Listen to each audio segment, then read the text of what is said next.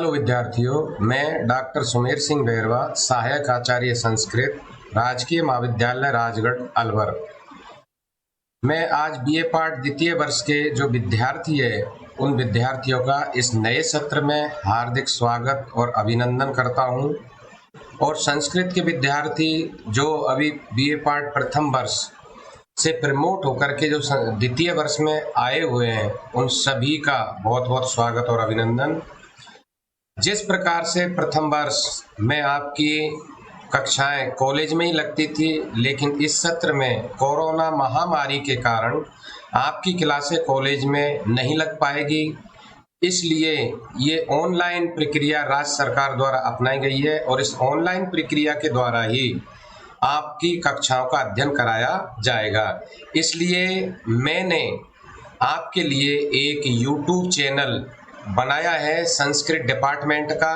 तो संस्कृत में अध्ययनरत विद्यार्थी जो भी है वो संस्कृत के YouTube चैनल पर जा कर के और अपना जो संस्कृत का मैटर है या जो मैं भी आपकी ऑनलाइन जो क्लास लूँगा वो सारी YouTube चैनल पर आपको मिल सकती है। उसके अलावा मैं आपको अपना एक व्हाट्सएप ग्रुप भी मैंने जनरेट किया गया है संस्कृत के विद्यार्थियों के लिए। उन संस्कृत के विद्यार्थियों को उस व्हाट्सएप के ग्रुप पर उनको सारी सूचनाएं व्हाट्सएप ग्रुप पे मिलेगी।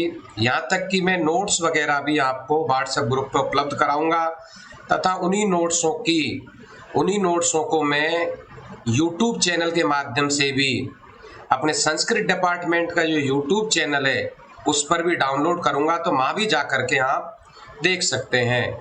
तो आज जो बीए पाठ द्वितीय वर्ष के विद्यार्थी है उन विद्यार्थियों के लिए मैं उनके संस्कृत का जो RRBMU यूनिवर्सिटी है, विश्वविद्यालय, उनके द्वारा जो निर्धारित किया गया जो सिलेबस है बीए पाठ द्वितीय वर्ष का, उस संस्कृत के विद्यार्थियों के लिए मैं आपको आज बताना चाहूँगा कि हमारे बीए पाठ द्वितीय वर्ष में संस्कृत का कौन कौन सा मैटर है, क्या क्या हमारा सिलेबस है।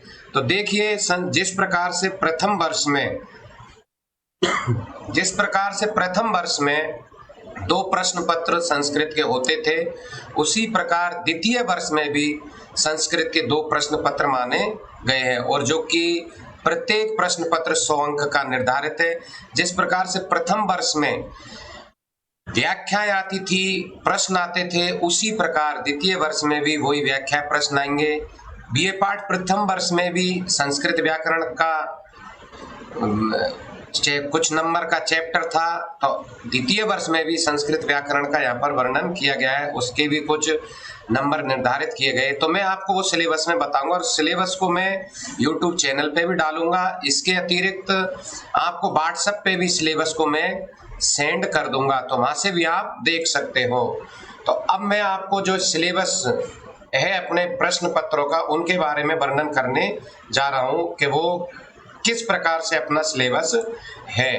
तो देखिए, बीए पाठ द्वितीय वर्ष का जो प्रथम प्रश्न पत्र का जो सिलेबस है, उस प्रथम प्रश्न पत्र का सिलेबस है वो पूरा 100 अंक का है और 100 अंक के सिलेबस में जो प्रथम प्रश्न पत्र है उस प्रथम प्रश्न पत्र का नाम है वैदिक साहित्य, गद्य साहित्य एवं व्याकरण, जो कि 3 घंटे का पेपर होता है।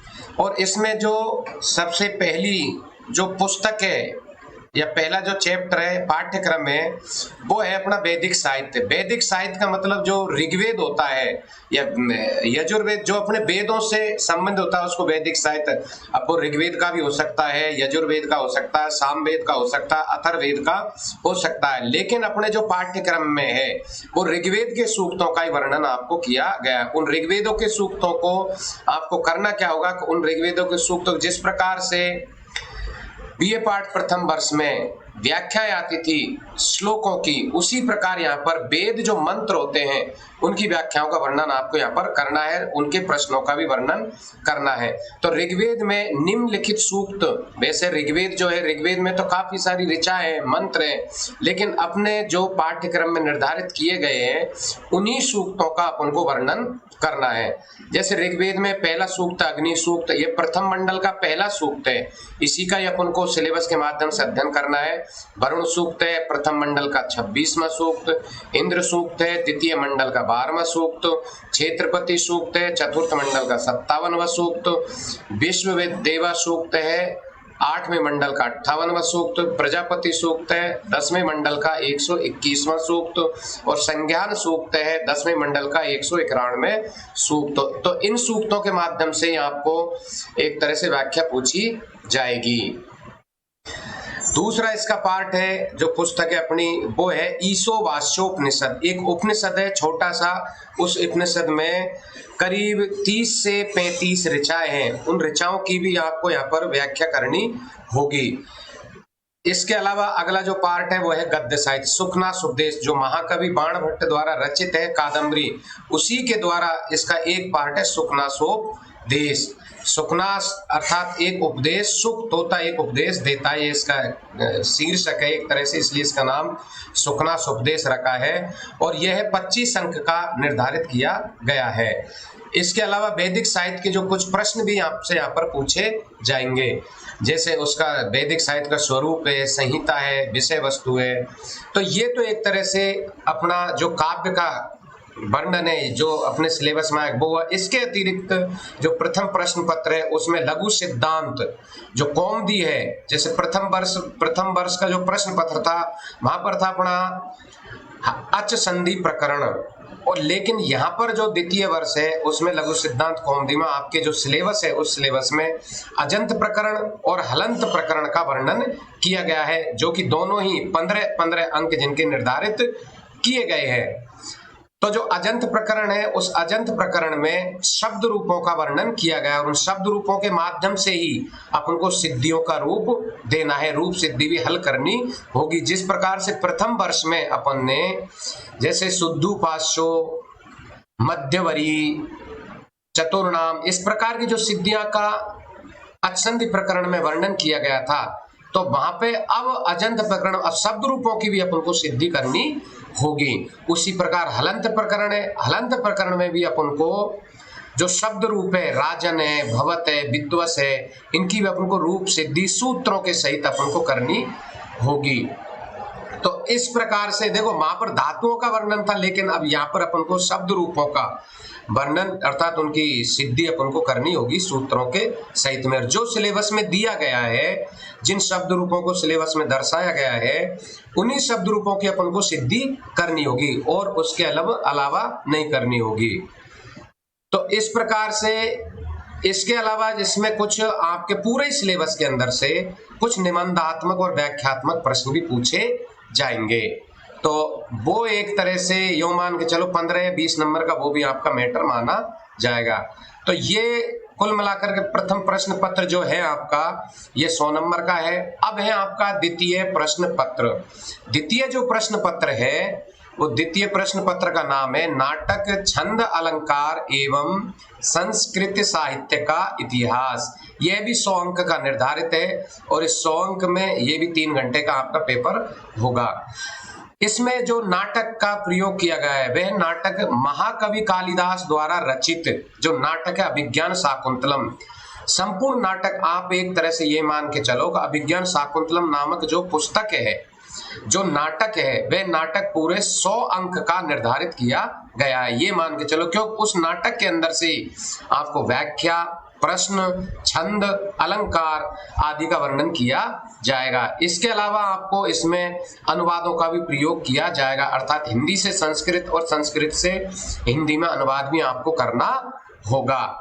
अब इसका अंक विभाजन है जो मैं आपको बता देता हूं कि जो अभिज्ञान शाकुंतलम नाटक है उसमें आप वो अभिज्ञान शाकुंतलम जो नाटक है उसमें लघुत्तरात्मक प्रश्न है, वो तो 5 अंक के निर्धारित है, अर्थात 5 प्रश्न आएंगे जो कि 10 अंक जिनके निर्धारित किए गए हैं।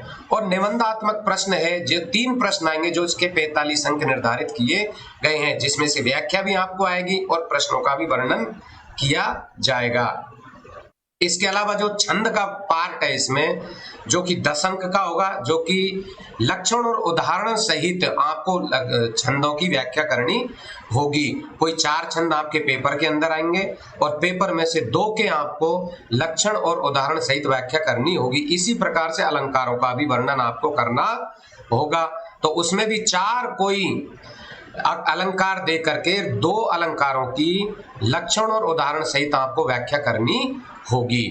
इसके अलावा इसमें 25 नंबर का जो मैटर है वह है संस्कृत साहित्य का इतिहास। संस्कृत साहित्य का जो इतिहास है, चाहे रामायण है, महाभारत है और विभिन्न प्रकार के जो अपने कवि है, कालिदास है, भवभूति है, अपने महाकवि माघ है, अश्वघोष, इन जो भी कवि है उनका एक चारित्रिक वर्णन भी आ सकता है, उनका रचना काल भी आ सकता है, उनके द्वारा लिखित जो पुस्तक है उनका भी वर्णन किया जा सकता है। और देखिए इसमें भी आपको द्वितीय प्रश्न पत्र के अंदर भी आपसे अनुवाद पूछे जाएंगे, हिंदी से संस्कृत में और संस्कृत से हिंदी में, अर्थात 5 वाक्य संस्कृत के दे दिए जाएंगे तो उनको आपको हिंदी में अनुवाद करना है। यदि संस्कृत में दे दिए जाते हैं, हिंदी में दे दिए जाते हैं तो उसका संस्कृत में आपको अनुवाद करना होगा।